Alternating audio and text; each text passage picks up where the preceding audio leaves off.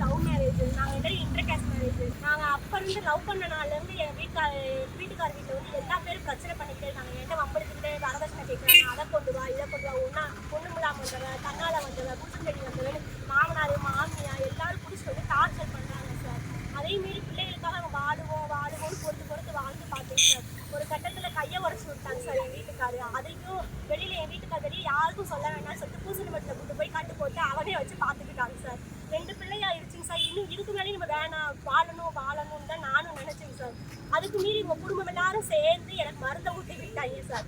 அதையும் போலீஸ் ஸ்டேஷனில் போய் எந்த கம்ப்ளைண்ட்டும் இல்லாமல் எஃப்ஐஆர் இல்லாமல் நான் போய் கம்ப்ளைண்ட் பண்ணிட்டு என் பிள்ளைய மட்டும் வாங்கி கொடுத்து எந்த நடவடிக்கையும் இல்லாமல் அனுப்பிச்சு விட்டாங்க. அங்கேருந்து பிள்ளைய பார்க்க போகக்கூடாதுன்னு சொன்னாங்க. இப்போ என் வீட்டுக்கார் வீட்டிலேருந்து நான் வந்து 5 மாதம் ஆச்சுங்க சார். என் வீட்டுக்கார் வீட்டிலேருந்து மாமியாரும் மாமனாரும் வந்து அசிங்கமாக கேட்குறாங்க. என் பிள்ளைய என்கிட்ட கொடுக்குறாங்க, அடிக்க வராங்க. நீ வெளியே தாண்டி வருவேன், எங்கேயா இருந்தாலும் பிள்ளைய பார்க்க வெளியே தாண்டி வருவா, உன்னை கொல்லாமல் விட மாட்டேன்டி, நாங்கள் பார்க்கறத பார்க்கண்டி, எனக்கு வேணாலும் என் பிள்ளைய தீர்த்து விட்டுறி. என் 2 பிள்ளைக்கும் பதில் வேணும் சார். இவங்களும் போலீஸ் ஸ்டேஷனில் வந்து கம்ப்ளைண்ட் கொடுத்தா அது நடவடிக்கை எடுக்க மாட்டாங்க. என் மாமனார் வந்து வெண்ணையை அடிச்சு போட்டு வந்து அவங்க கம்ப்ளைண்ட் கொடுத்துருக்காங்க, அதை வாங்கிக்கிறாங்க. எனக்கு எந்த நீதியும் இல்லைங்க சார். கணவர் பேருங்க செல்வகுமார் சார். எல்என்டியில் ஒர்க் பண்ணுறான். போய் கம்ப்ளைண்ட் கொடுத்து என்ன சொன்னாங்க? கம்ப்ளைண்ட் கொடுத்துட்டு அவங்க கம்ப்ளைண்ட் கொடுத்தாங்களா, உங்க கம்ப்ளைண்ட்லாம் வாங்க முடியாதுன்னு கேவலமா பேசுறாங்க சார்.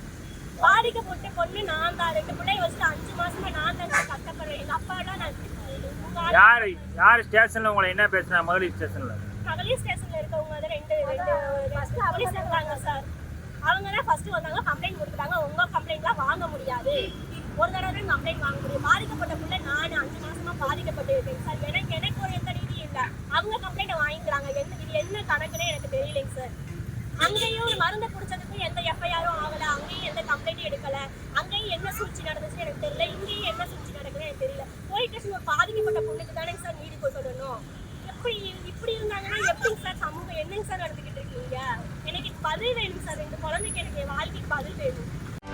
செய்திகளை உடனுக்குடனும் துல்லியமாகவும் தெரிந்து கொள்ள சப்ஸ்கிரைப் பண்ணுங்க.